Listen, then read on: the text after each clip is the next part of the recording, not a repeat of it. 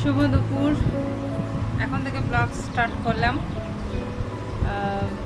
Weather ভীষণ ঠান্ডা হয়ে গেছে, আর একটা সাইক্লোন আসার আগের মুহূর্ত যেমন হয় সেরকমই হয়ে আছে। আর আমরাও বসে নেই, বাপের বাড়ি যাওয়া হয়নি তো কী হয়েছে, চলো নিজেদের ঘরে নিজেদের মতো করে থাকতে হবে, কিছু করার নেই।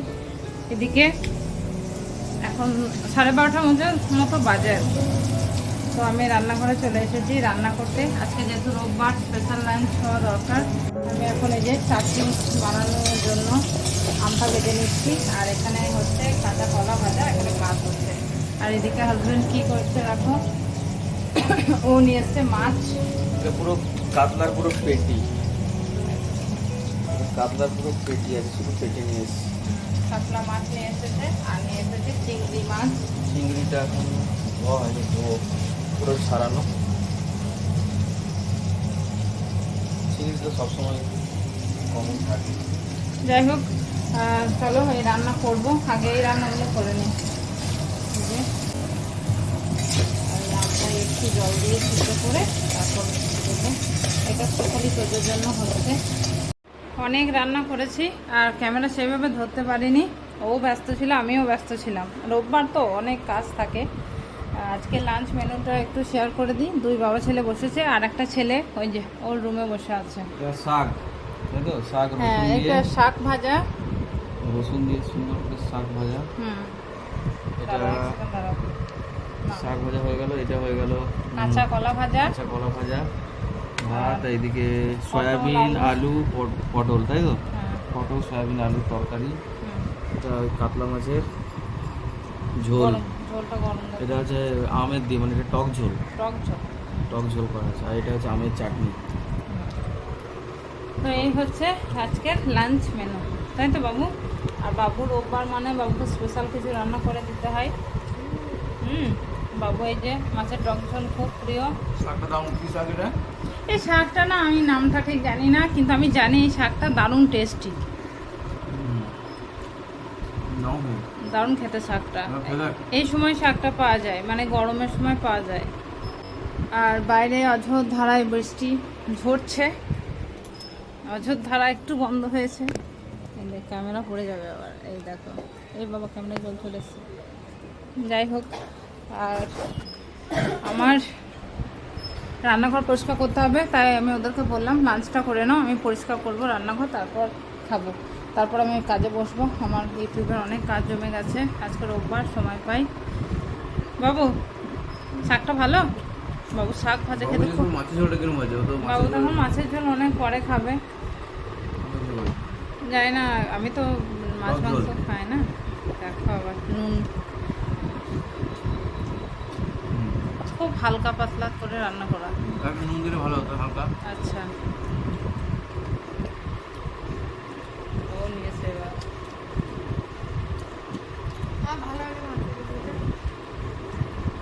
মাছের ঝোল অনেক ভালো হয়েছে। কতগুলো রান্না আজকে হয়েছে দেখো, অনেক রান্না হয়েছে। তারপর রান্না করতে দেরি হয়ে গেছে, বাজার গিয়েছিলাম। আর একবার দেখাই বাজার থেকে কি কি সবজি এনেছি, তোমাদের সাথে সত্যি শেয়ার করা হয়নি। খিদি রান্নাঘরটা দেখো জাস্ট আমি কি করেছি তাড়াতাড়ি করে রান্না করে। এই যে কচু এনেছি, আর এটা মোচা বেগুন, আর এটা হচ্ছে আলু। তো চলো রান্নাঘরটা পরিষ্কার করে নিই, তারপর আবার দেখা হচ্ছে। মর্নিং, কেমন আছো সবাই?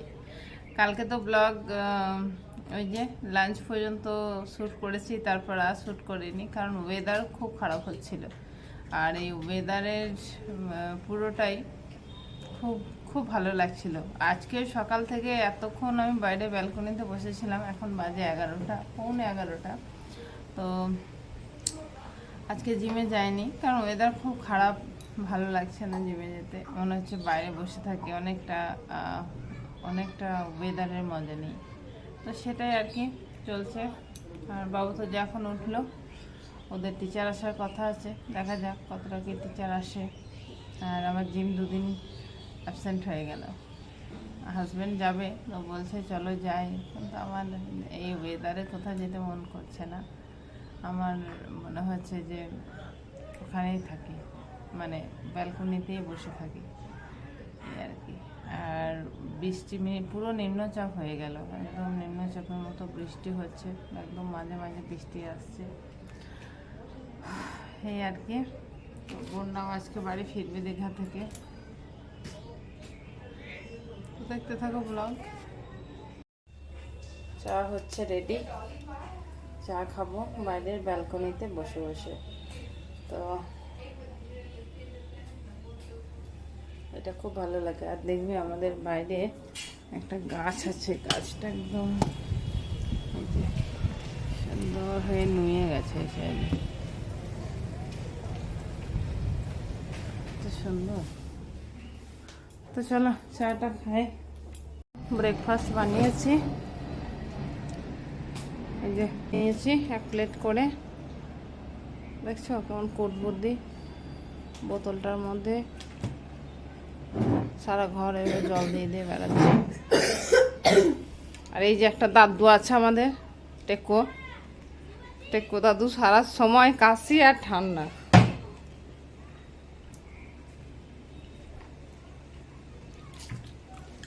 কি করবি এবার ব্রেকফাস্ট করে? সত্যি তো? আর দেখো বাইরে দেখো তাণ্ডব লীলা চলছে এখনো পর্যন্ত। এই দেখো দেখো খেজুর গাছটা কিভাবে ঝড় দিচ্ছে, দেখো শুধু, আর চারিদিকে বৃষ্টি বৃষ্টি বৃষ্টি। লাঞ্চ টাইম শুরু হয়েছে, ওরা সব পড়াশোনা করে নিয়েছে, তারপর লাঞ্চ করতে বসেছে। আজকে তোজোর লাঞ্চ কি কি আছে দেখি। পাটা ছড়া ঠিক করে বসতে বলেছি না? উচ্ছে ভাজা, মোচার সবজি, ঢেঁড়স দিয়ে আলু দিয়ে, ডিমের ঝোল, চাটনি আর ভাত। ঠিক করে বস, কি করে বসলি তুমি তো বলবে সোজা এদিকে সরাই সরাই সরাই, ওইদিকে ওইখানটায় বস। ওরও তাই আছে, ওর ডিমের ঝোলটা বাইরে বার করে দিয়েছে, এই দেখো। চলো এবার আমরাও লাঞ্চ করব, ওরা দেখবে টিভি, লাঞ্চ করে নিই। আবার ক্যামেরা দুপুরের পর ধরলাম, তো এক সেকেন্ড ক্যামেরাটা একটু সেট করে নিই। আমি এখন বাবুকে পড়াচ্ছি, তোজো তো টিচার এসে, তোজো পড়ছে, আর আমি এখন বাবুকে একটু পড়াচ্ছি। বাবুকে না পড়ালে বাবু খুব ফাঁকি দিচ্ছে, এই দেখো বই খাতা ফেলে ওই বাইরে গিয়ে দাঁড়িয়ে আছে, দেখেছো? এত দুষ্টামি করছে বাবু, মানে তোজোর থেকে বাবু বেশি দুষ্টু হয়ে গেছে।